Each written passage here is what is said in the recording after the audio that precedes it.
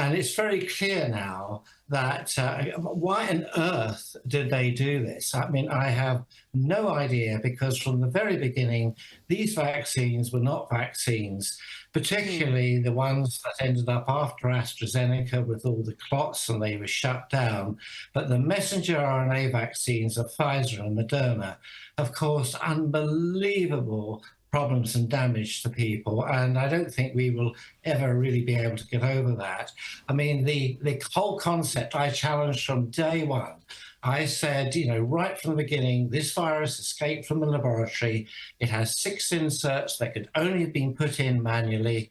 My peers said, well, this can occur randomly. I said, no, once, but not 6 times. This has been interfered with. And the most important thing, we said that the vaccine was 80% homologous to humans, so it was bound to cause major side effects.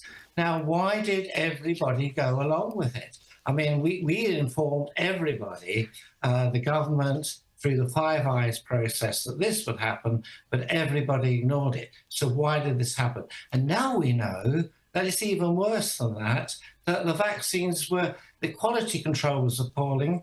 They changed the mechanism of manufacture between the trial and the rollout to about 6 billion people. This thing was full of contaminants. It was full of sequences that can actually get into your genome. And my big concern is that a lot of them explain why that a couple of years into this epidemic, we still have massive excess deaths. Excess deaths in Australia, New Zealand, and everywhere. And a lot of these now are due to cancer. And that's basically what I want to discuss here. The red flags are so enormous. Why has the government not banned these vaccines immediately? For a start, COVID doesn't exist anymore. And if it does, it doesn't kill anybody anymore. So why are you using vaccines, boosters that we now know increase the rate of cancer, and the cancers are appalling, the turbo cancers? Well, I mean, I think this is right. It was draconian, dystopian, and totally unnecessary. I mean, I've criticised our own Chief Medical Officer, Chris Whitty, and I'll use the words again, as a total moron.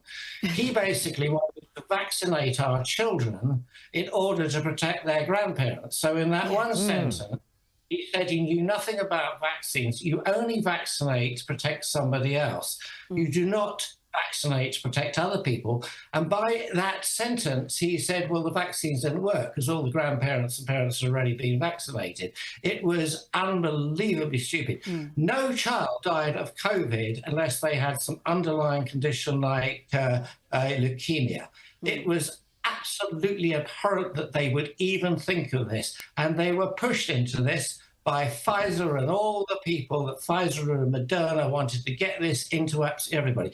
These were not vaccines. These were horrible gene therapies that could actually integrate into your genome. And this is one of the reasons we're seeing this horrendous rise in turbo cancers. I'm terrified what they have done to our children. I think everybody who went along to that should actually stand up to trial, defend themselves, and go to court.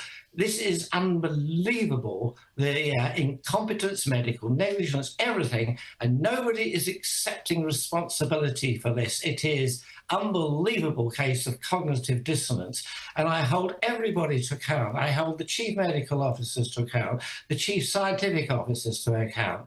The so-called, in the UK, we had SAGE, one of the most inappropriate acronyms ever. But, you know, it is unbelievable what we had to. Now, I cannot believe the MHRA and the TGA and the FDA, the level of incompetence and negligence, and they have to be held. This is Nuremberg trial stuff. They are so awful. Now, we know about the contamination. Your TGA have stood up and said, oh, we've done this little study, that study, what have you, but it doesn't really matter because they're safe and effective. They started with the mandate that these vaccines were safe and effective. No, they were never, ever effective.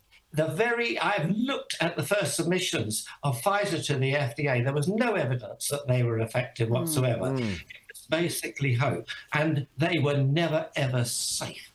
the first mandate, the first submission of Pfizer showed that they caused every single side effect you could ever possibly want, and yet the FDA still approved them, and the TGA and the MHRA went along with it. This was absolute criminal negligence. Their job was to say, are they safe? Are they effective? No, they were not. And yet they signed off on it.